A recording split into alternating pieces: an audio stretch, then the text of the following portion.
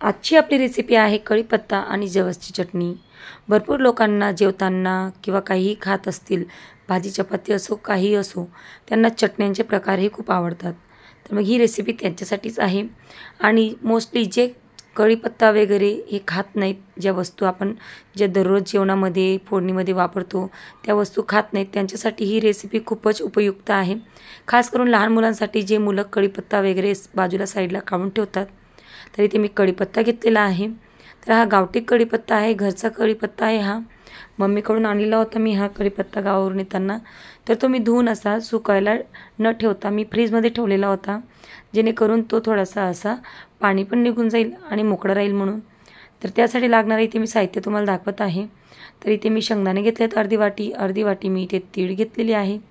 खोबरं देखील किसून घेतलेलं आहे, तुम्ही बारीक काप देखील कापू शकता। तर इथे मी जवस देखील घेतलेली आहे, तीही अर्धी वाटी घेतलेली आहे मी इथे। तर इथे ऑप्शनल आहे ते म्हणजे चणा डाळ। तुम्हाला जर चणा डाळ नको हवी असेल तर तुम्ही ती देखील स्किप करू शकता। तर इथे मी एक गॅसवरती पॅन चढवलेला आहे, जो की तवा आहे फ्लॅट। त्या तव्यामध्ये मी अगोदर तीळ भाजून घेणार आहे। गॅस हा मी अगोदरच फुल केलेला होता, मग नंतर स्लो करून मी हा तवा अगोदर तापवून घेतलेला आहे आणि स्लो गॅसवरती मी ही तीळ अशी भाजून घेतलेली आहे। भाजलेली तीळ आता आपण एका साईडला काढणार आहोत, एका ताटामध्ये। आता परत आपण त्याच पॅनमध्ये जवस देखील घातलेले आहे। आता ती जवस आपण व्यवस्थित अशी परतून घेणार आहोत। मस्तपैकी ती फुटेपर्यंत आपण ही जवस अशी परतून घेणार आहोत। ती व्यवस्थित अशी तडतडायला लागली, समजायचं की आपली जवस ही मस्तपैकी अशी शेकली गेलेली आहे म्हणून। तर भरपूर लोकांना गुडघेदुखीचा, कमरदुखीचा, केसगळतीचा प्रॉब्लेम असतो, त्यासाठी ही चटणी एकदम उपयुक्त आहे। सगळ्यांनी लहानापासून मोठ्यांनी खाल्ली तरी खूपच छान आहे। तर इथे मी जवस भाजून झाल्यानंतर त्यामध्ये मी परत शेंगदाणे देखील भाजून घेत आहे। शेंगदाणे देखील आपल्याला चांगले असे भाजून घ्यायचे आहेत, खूपच अशी डार्क नाही भाजायची आहेत किंवा एकदम आपण कच्चे देखील नाही सोडायचे आहेत। व्यवस्थित आपण त्याचा जो मऊसूतपणा असतो, तो मॉइश्चर असतं ते निघून जायला पाहिजे आणि व्यवस्थित थोडेफार 1-2 डाग अशी पडायला पाहिजे, असे आपण इथे शेंगदाणे ते परतून घेतलेले आहेत। आता आपण खोबरं देखील तसंच परतून घेणार आहोत।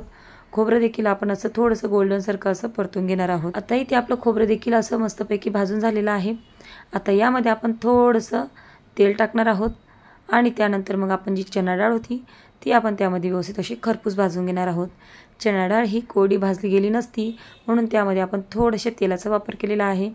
भरपूर लोक यामध्ये तेलचा वापर करत असतात सगळ्या काही वस्तू शेकताना, परतताना, पण मी इथे फक्त चणा डाळीसाठी तेलचा वापर केलेला आहे। जर का तुम्ही तेलाचा वापर कमी केला या चटणीमध्ये, तर ही चटणी तुम्ही वरती देखील ठेवू शकता, फ्रीजमध्ये स्टोअर करायची बिलकुल गरज पडणार नाही। तर आता आपण परत चणा डाळ भाजून झाल्यानंतर त्यामध्ये आपण हा कढीपत्ता देखील व्यवस्थित असा शेकून घेणार आहोत। शेकून अर्थात म्हणजेच आपण त्याला व्यवस्थित असा क्रिस्पी होईपर्यंत यामध्ये परतून घेणार आहोत। मी बिलकुल पण तेल यामध्ये घातलेलं नाही आहे। जे तव्यामध्ये तेल होतं चणा डाळ भाजताना, तेच तेलामध्ये आपण म्हणजे त्याच तव्यामध्ये आपण भाजत आहोत, तर ऑब्व्हियसली त्यामध्ये तेल हे लागेलच आणि मस्तपैकी हे क्रिस्पी होऊन गेलेले आहेत आपले कढीपत्ता वगैरे व्यवस्थित। खोबरं देखील मस्तपैकी चुरचुर असं तुटत आहे, मस्तपैकी त्याचा चुरा होत आहे।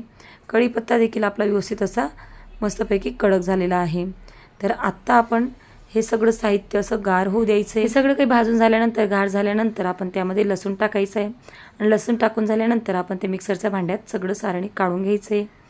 आता हे सगळं जिन्नस आपण त्या मिक्सरच्या भांड्यात टाकल्यानंतर त्यामध्ये आपण चवीनुसार चटणी पावडर, चवीनुसार मीठ टाकून घ्यायचे।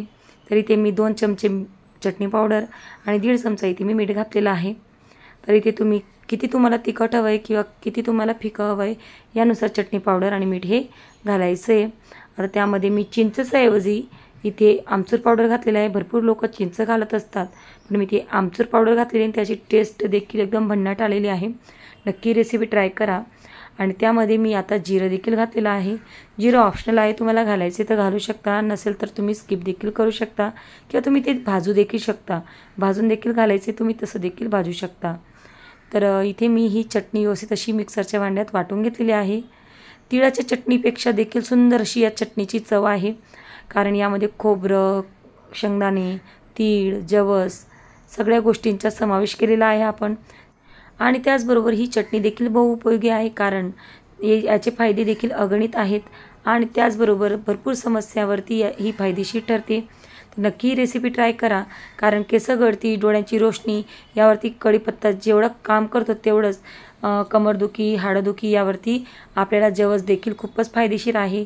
तर मिक्स जवस आणि कढीपत्त्याची चटणी तुम्हाला कशी वाटली मला नक्की फीडबॅकमध्ये कळवा आणि माझ्या यूट्यूब चॅनलला नक्की सबस्क्राईब करा आणि बेल आयकॉनला क्लिक करायला विसरू नका. धन्यवाद.